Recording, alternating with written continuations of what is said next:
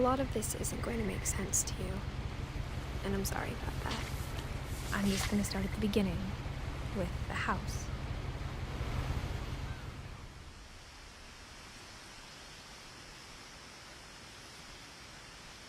Someone had put up a chain link fence, but it looked like I wasn't the first person to hop it.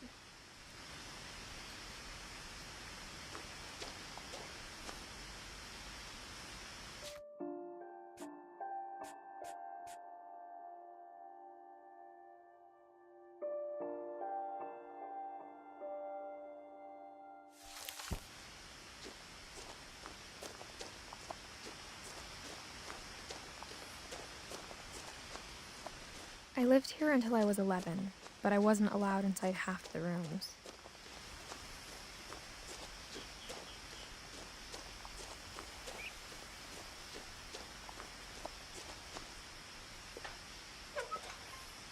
Inside the mailbox were bills from 7 years ago, marked urgent, open immediately.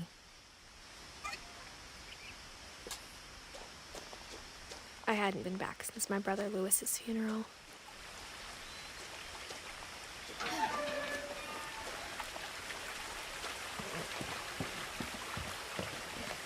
In her will, my mother left me a key, but didn't tell me what it unlocked. Maybe she thought I'd know, or she thought that the mystery would be enough to bring me back.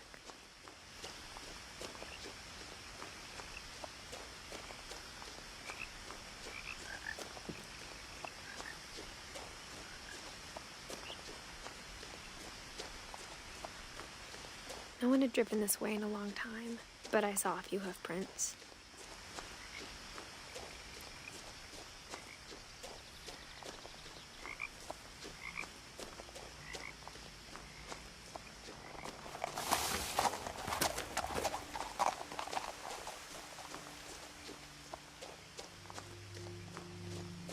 The truth is, even after I inherited the house, I never thought I'd come back to it. But now I had questions about my family that only the house knew the answers to.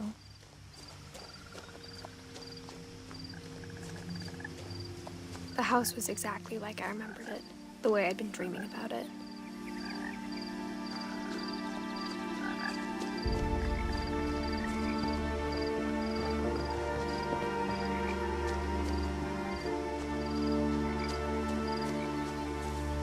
As a child, the house made me uncomfortable in a way I couldn't put into words.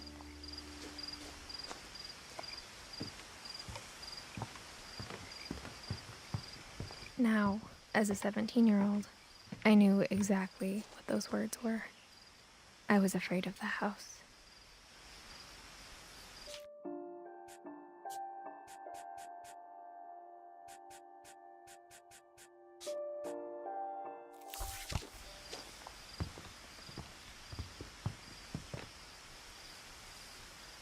I hoped the key might unlock the front door.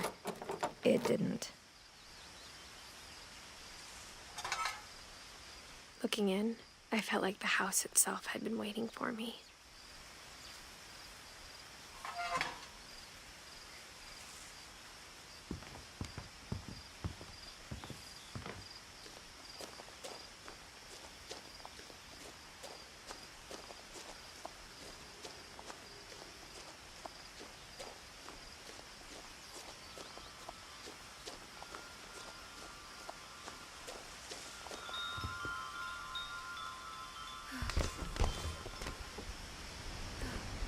Crawling through the doggy door used to be a lot easier when I was 11.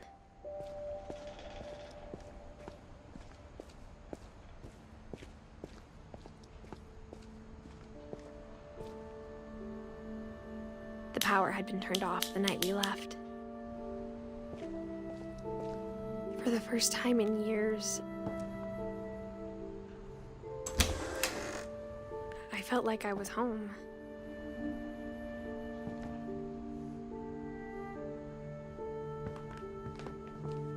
But instead of a family, there were just memories of one.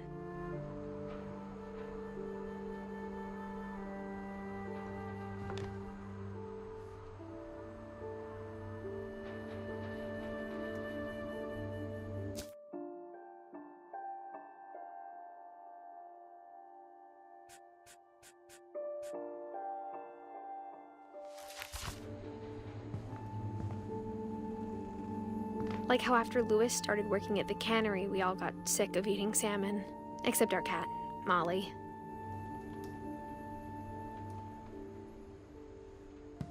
Or how only one restaurant would deliver to our house, so we had Chinese a lot.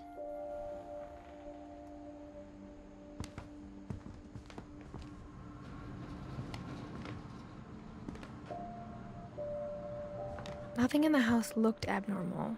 There was just too much of it, like a smile with too many teeth. My mom wasn't much of an optimist, but she never stopped believing that my brother Milton was alive.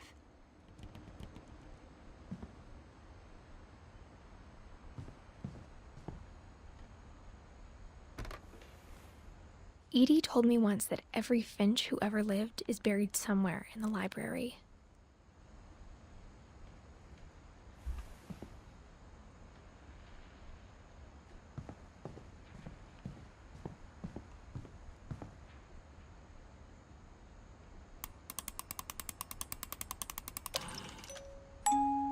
Great-Grandpa Sven built a music box for Barbara, along with the rest of the house.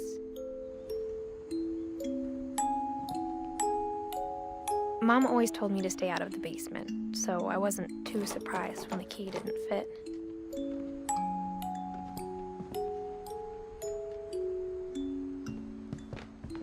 Even the fireplace had a story. Edie told me the bricks came from the original house, after it sank.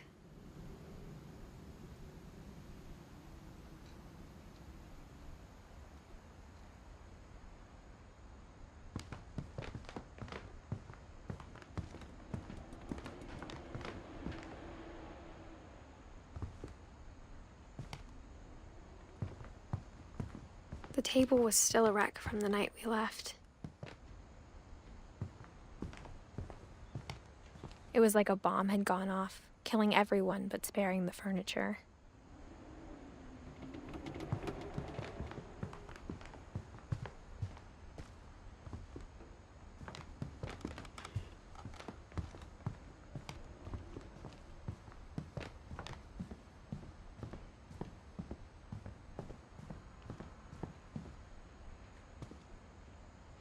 After Milton disappeared, Mom sealed up all the bedrooms. Then Edie retaliated and drilled peepholes.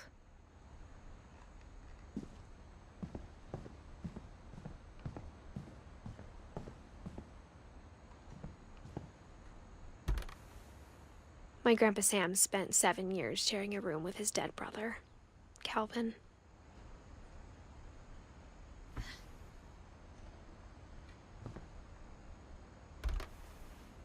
As a kid, I just assumed every house had peepholes and sealed rooms you weren't allowed inside of.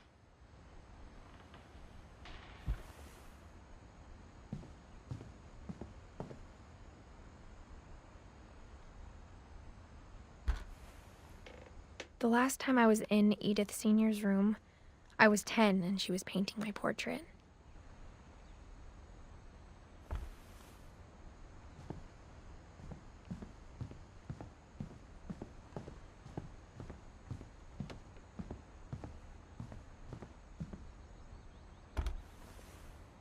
Molly always seemed like a girl I could imagine being friends with, if she hadn't died in 1947.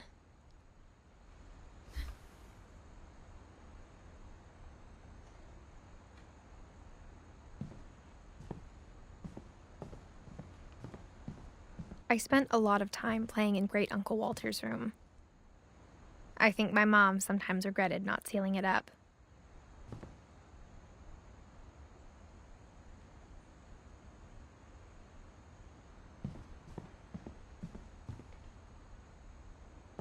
Louis told me there were secret passages, but I never believed him.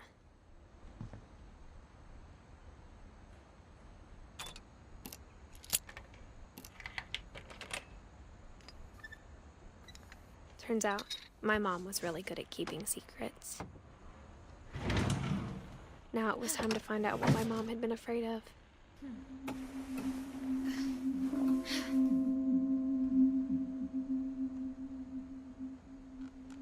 Reading this, maybe it sounds like I had a plan. but I had no idea what was behind that door.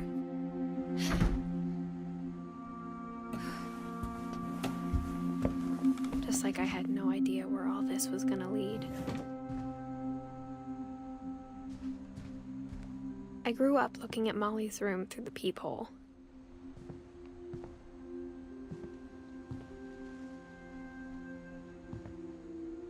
Molly's gerbil had a tiny bedroom with its own even tinier gerbil cage. Being inside for the first time, I felt like I'd stepped behind a painting.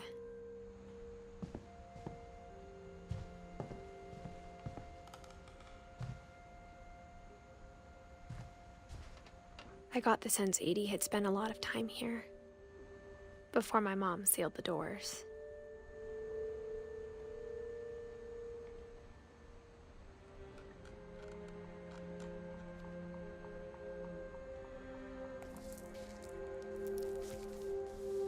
December 13th, 1947. Dear Diary, I'll be gone soon, but I wanted to tell somebody about what's gonna happen. It started when Mom sent me to bed without dinner. I woke up and I was starving, so I looked around for something to eat.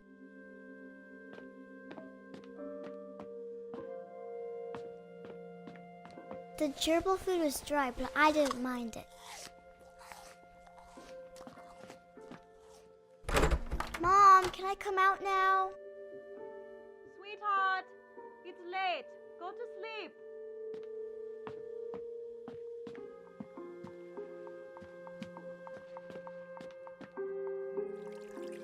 I thought about eating Christopher, but I held back.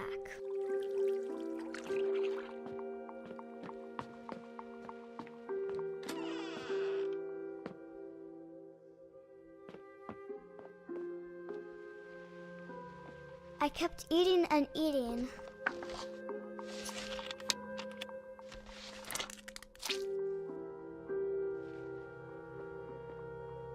I ate a lot of things that night.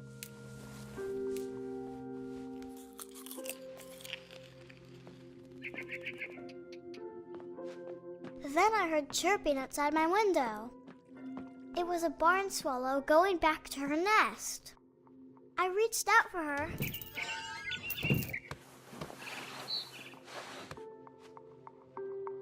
And suddenly, I was a cat.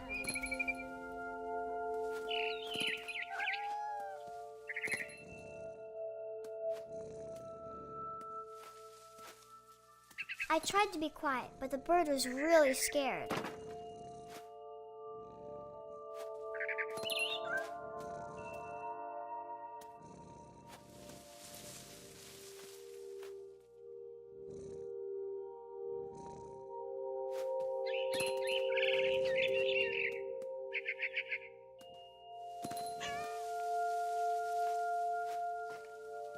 Mom and Dad didn't even look at me.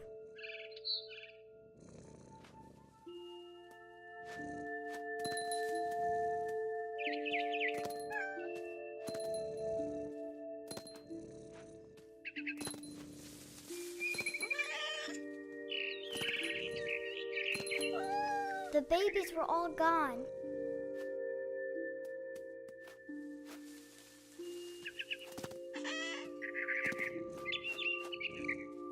I jumped and I almost got her.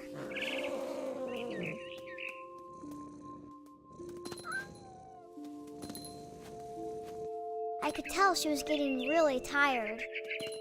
Now I was up in the big tree. I promised Dad I wouldn't climb it anymore. All I cared about was eating that mama bird. I gobbled her up. And suddenly, I was an owl. First, all I heard was the wind. Then I heard little teeth nibbling in the grass.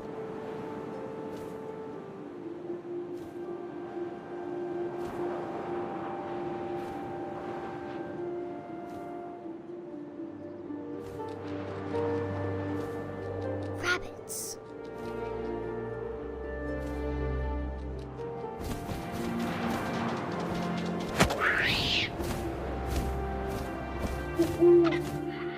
imagined his face looking up and seeing mine through my talons. I swallowed him up, and I didn't chew one bit. Then I flew off to find something bigger.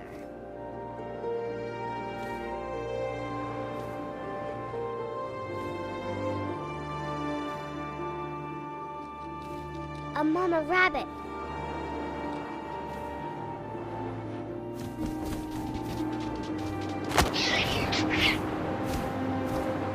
She was almost too big to carry. I started choking, but I couldn't stop eating. And suddenly, I was a shark.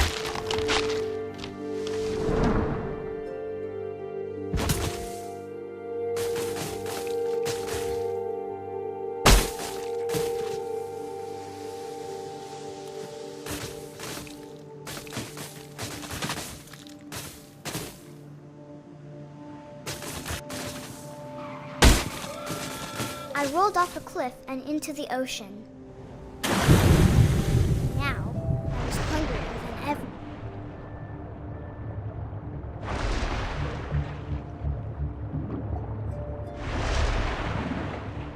I wanted fat, juicy seals.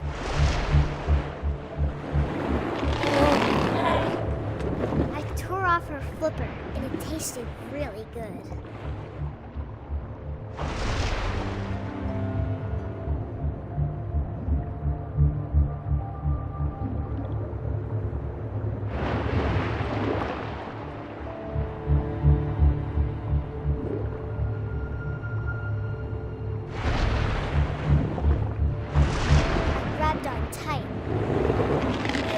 So hungry, I jumped out of the water. When I opened my eyes, everything had changed.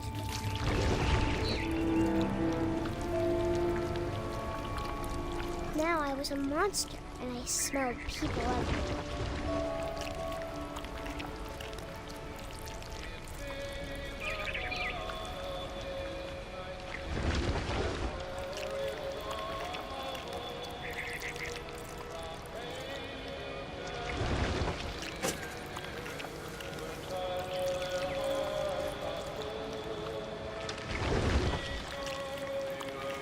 I was big, but I moved real quiet.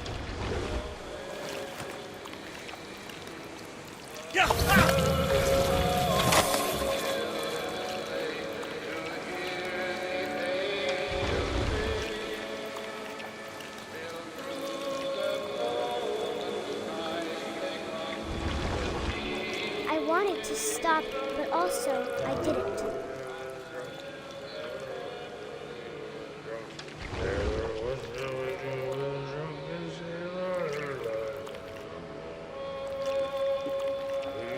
Belly with a rusty razor, his belly with a rusty razor, his belly with a rusty razor. What shall we do with a drunken sailor? What shall we do with a drunken sailor? What shall we do with a drunken sailor? Put him in the captain's daughter, put him in bed with the captain's daughter, put him in bed with what shall we do with a drunken sailor? What shall we do with a drunken sailor? What shall we do with a drunken sailor?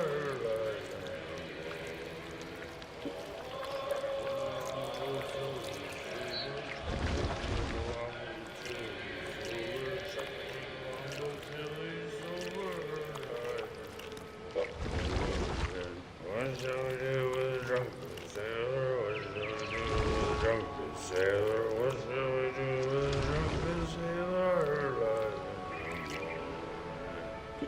Put him in the scuppers with a hose pipe, put him in the scuppers with a hose pipe, put him in the scuppers with a hose pipe,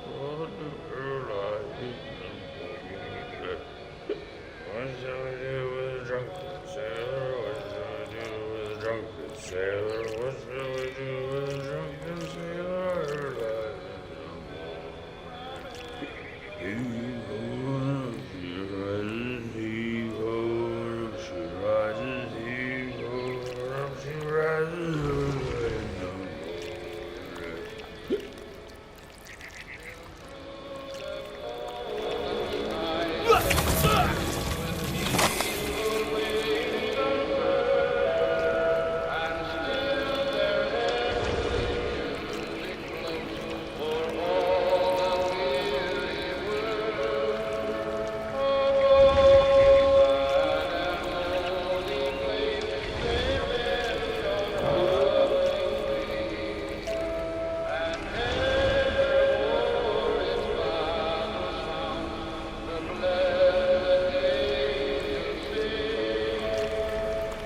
After the last passenger, I was still hungry. And to cross the water, I smelled something new. Something I had to have, so I swam towards it.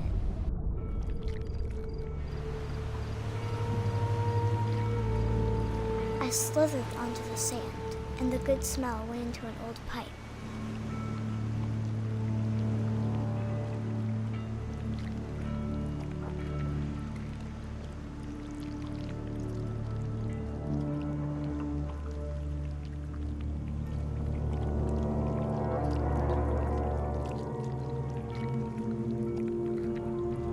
I got closer and closer.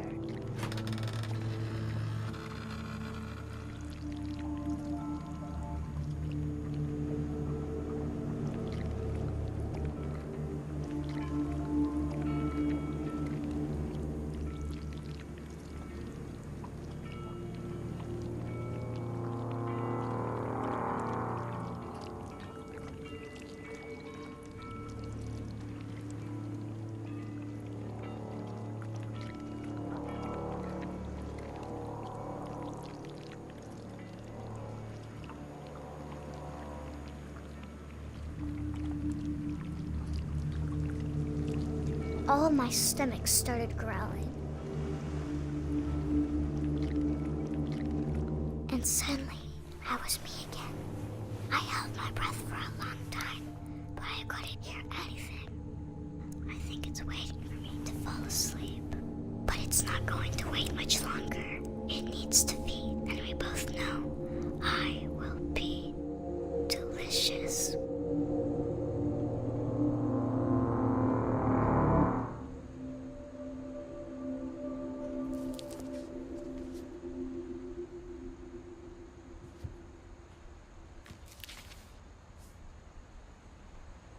I'm not sure if I believed all of that, but I'm sure Edie would have.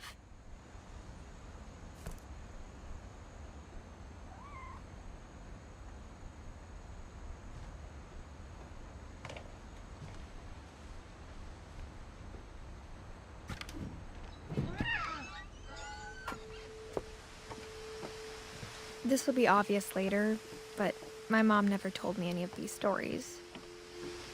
Edie would have, but Mom didn't like bringing up the past. Though, when we adopted a stray kitten, she was the one who named it Molly. I spent a lot of time in Great-Grandma Edie's room.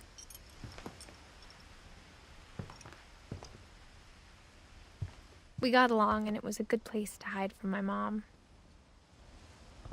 Her room was like a museum. For 500 years, the Finches have been famous throughout Norway for their fortune and misfortune. Odin Finch buries the latest victims of the family curse, his wife Ingeborg and their newborn son, Johan. On January 7th, 1937, he set sail with his family and his house, hoping to leave the curse behind. But 40-foot waves off the coast of Washington send the house and Odin to the bottom of the sea. Odin's daughter Edie, with husband Sven and baby Molly, step ashore on their new home, Orcas Island. Odin Finch is the first to be buried in the new family cemetery.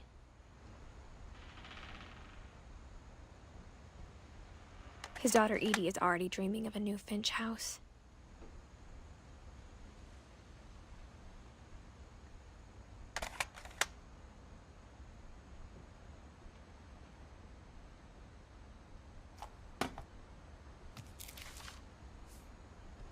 Whatever's wrong with this family, it goes back a long ways.